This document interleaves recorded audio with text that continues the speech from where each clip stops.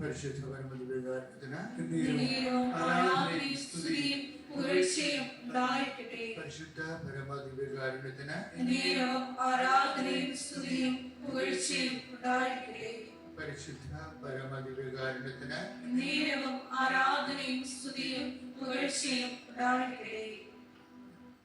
എൻ്റെ പ്രിയപ്പെട്ടവരെ, നമ്മുടെ ഉടമ്പടി ധ്യാനത്തിന് 2 ലക്ഷ്യങ്ങളുണ്ട്. അതിലൊന്നാമത്തെ ലക്ഷ്യം നിങ്ങൾ പറയുന്നത് പോലെ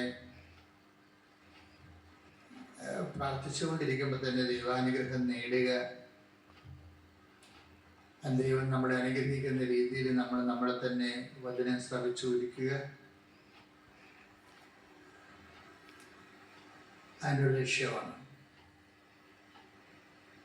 രണ്ടാമത്തെ ലക്ഷ്യം എന്ന് പറയുന്നത്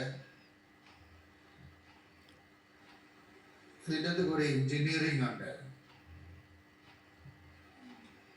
അതായത് ദൈവവചനങ്ങള് ദൈവം ഏത് കാലത്തും ഏത് സമയത്താണ് കൃപ, അതിൻ്റെ 100% റിസൾട്ട് നമുക്ക് തരുന്നത്, അഥവാ കൃപ ആർജിക്കാൻ വേണ്ടി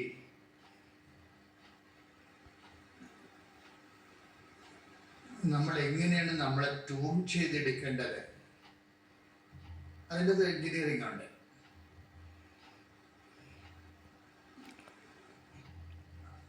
അത് ആ ജ്ഞാനസൂത്രങ്ങള് ഒരു വ്യക്തിക്ക് പഠിച്ചാല് റിലേഷൻ കുറച്ചുകൂടി ഈസിയാകും ദൈവവുമായിട്ടുള്ള.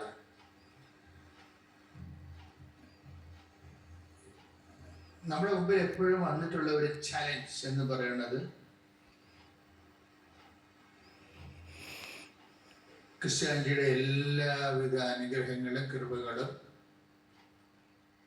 എല്ലാം നമ്മളിലേക്ക് വരുന്നതിൻ്റെ പിന്നിൽ ഒറ്റ നോബാണ്. എന്താണ്? ദൈവത്തെ അറിയുക. അത് ഭയങ്കര സീരിയസ് ആയിട്ട് നിങ്ങൾ എടുക്കണം. ഈ നിത്യജീവൻ പോലും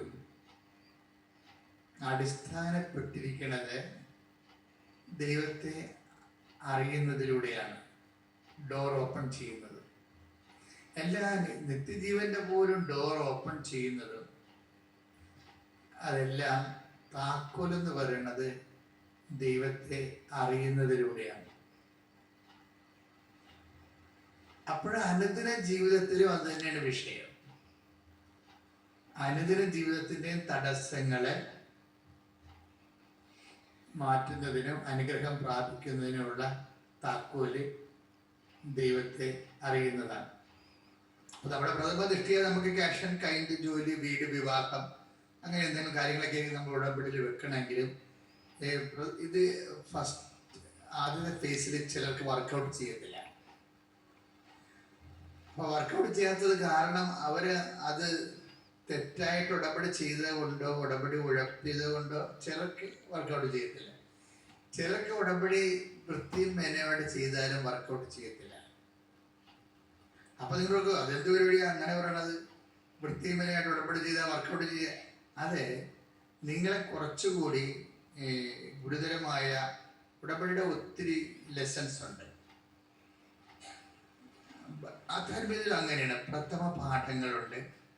അത് വിശ്വാസത്തിൻ്റെ take the word of God, വിശ്വാസത്തിൻ്റെ പ്രഥമ പാഠങ്ങൾ പിന്നിട്ട് നമുക്ക് പക്വതയിലേക്ക് വളരാം. ശ്രുതികളെ ഹല്ലേലൂയ.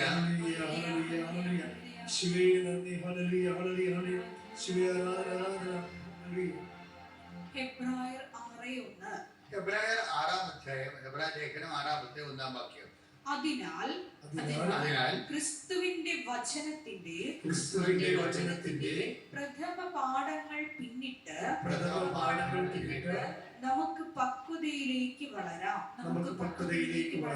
ഈ പ്രഥമ പാഠങ്ങൾ എന്ന് പറയുന്നത് പ്രാർത്ഥിക്കുന്നു, അനുഗ്രഹം പ്രാപിക്കുന്നു, പ്രഥമ പാഠം. കർത്താവ് ഇവരുടെ ഇൻഫ്രാസ്ട്രക്ചർ നോക്കുമ്പോൾ, പരിശുദ്ധാത്മാവ് നിങ്ങൾ വിവേചിക്കുമ്പോൾ കൂടുതൽ പഠിക്കാൻ സാധ്യതയുള്ളവരാണെന്ന് കണ്ടു കഴിഞ്ഞാൽ പ്രഥമ പാഠം തരത്തില്ല. നീ വെയിറ്റ് ചെയ്യാൻ പറയും.